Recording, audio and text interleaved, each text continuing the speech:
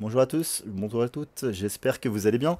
Donc dans cette vidéo, on va revenir sur la notion importante du chapitre 5, à savoir cette notion de polarité. Est-ce qu'une molécule est polaire ou apolaire? Alors déjà, pourquoi c'est important de savoir ça?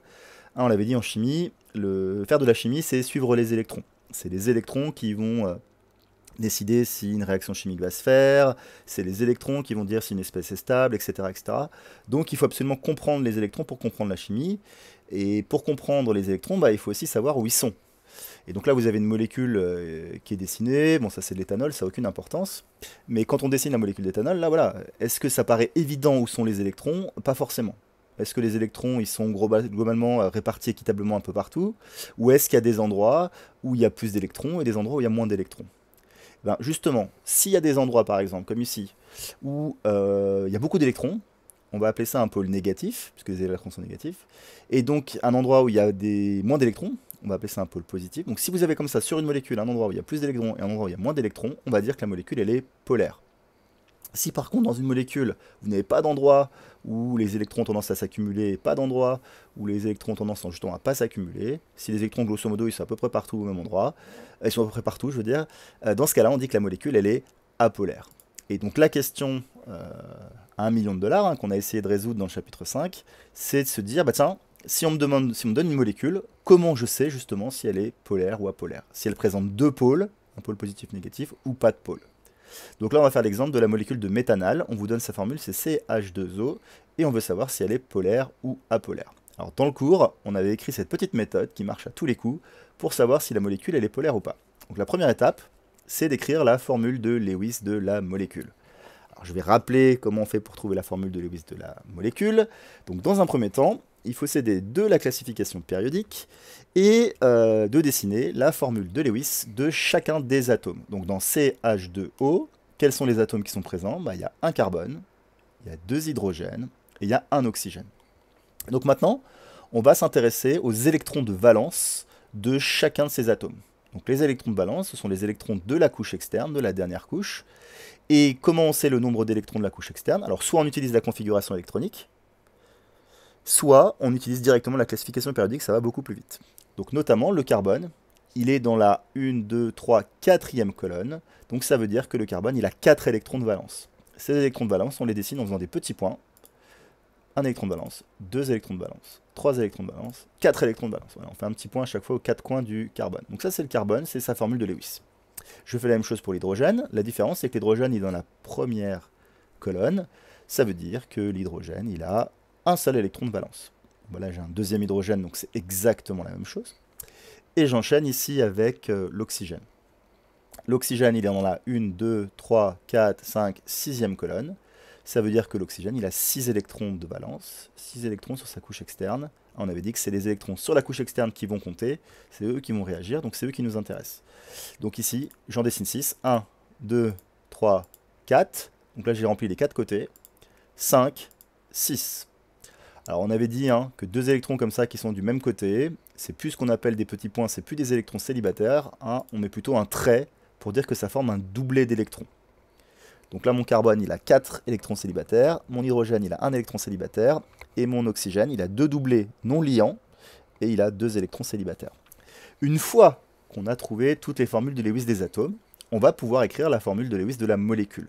Donc pour ça, on sait que les atomes, pour être heureux, il leur faut 8 électrons autour d'eux. Là, le carbone, il a que 4 électrons, donc il n'en a pas 8, et donc il va essayer de se lier à ses copains, à partager des électrons avec les copains, pour atteindre les 8. Donc c'est ce qu'on essaye de faire là, sur son brouillon. On essaye comme ça de relier les points, 2 à 2. On partage les électrons.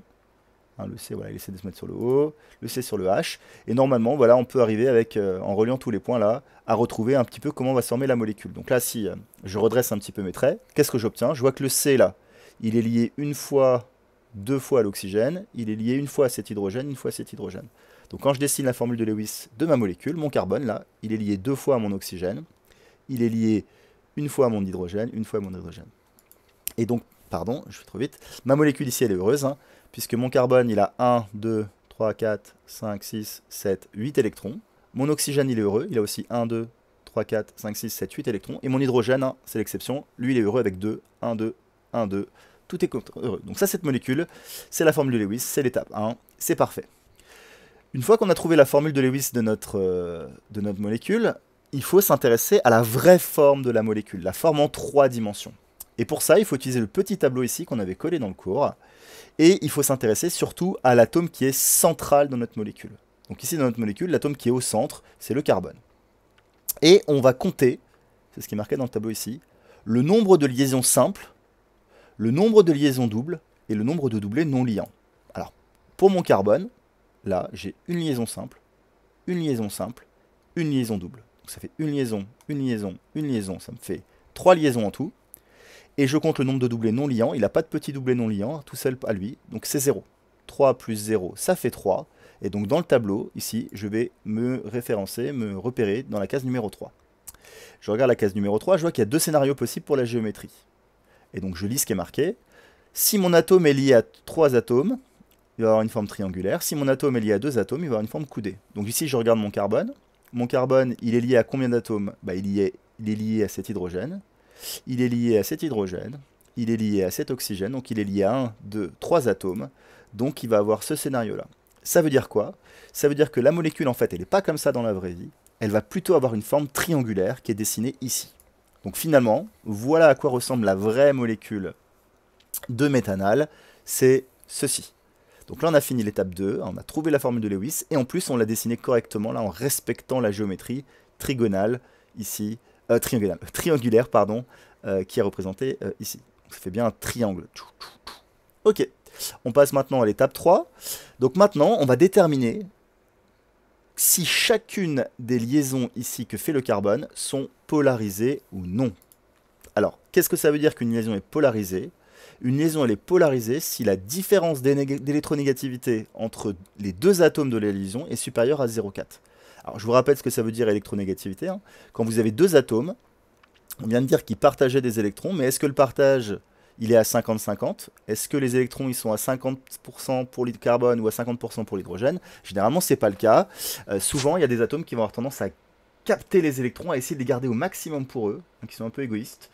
Donc c'est ce qu'on appelle les atomes très électronégatifs. Et puis il y a des atomes qui, voilà, gardent pas trop les électrons, sont prêts à les donner, à les partager. C'est ce qu'on appelle les atomes peu électronégatifs. Donc on y va. Ici, on va regarder toutes les liaisons que font C avec les autres atomes. Donc là, C, il fait quoi? Il fait une liaison avec l'hydrogène. Et je regarde ici les électronégativités. Donc l'électronégativité du carbone, c'est 2,5. L'électronégativité de l'hydrogène, c'est 2,2. La différence entre 2,5 et 2,2 est de 0,3. 0,3, ce n'est pas supérieur à 0,4. Ça veut dire en fait que l'électronégativité de H est environ égale à l'électronégativité de C. Ça veut dire quoi? Ça veut dire que le partage, il est bien fait entre les 2 électrons ici, ils sont bien partagés entre H et C. Il n'y a pas un des atomes qui est plus négatif que l'autre. On fait la même chose pour la liaison CO. Donc O, l'électronégativité, elle vaut 3,5. C, l'électronégativité, elle vaut 2,5. Là, l'écart, il dépasse les 0,4. Ça veut dire que la liaison, elle est polarisée. Ça veut dire qu'elle a un pôle positif et un pôle négatif. Il y a un des 2 atomes qui veut les électrons plus que l'autre. Là, en l'occurrence, celui qui a la plus grande électronégativité, c'est O.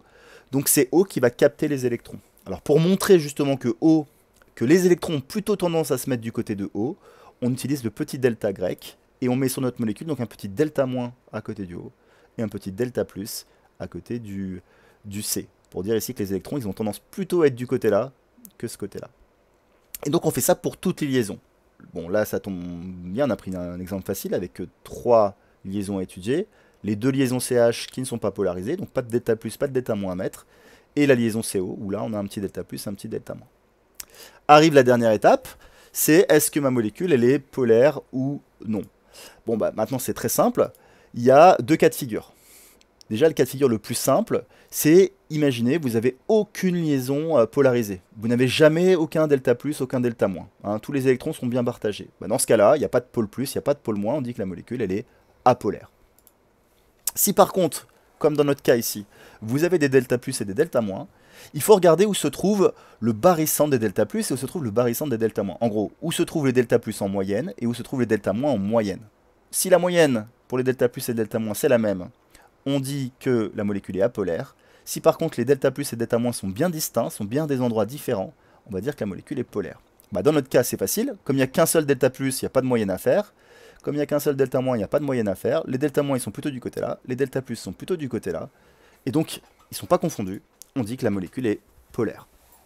Et donc là, on a fini. On a suivi toutes les étapes et on vient de montrer que le méthanal, c'était une molécule polaire.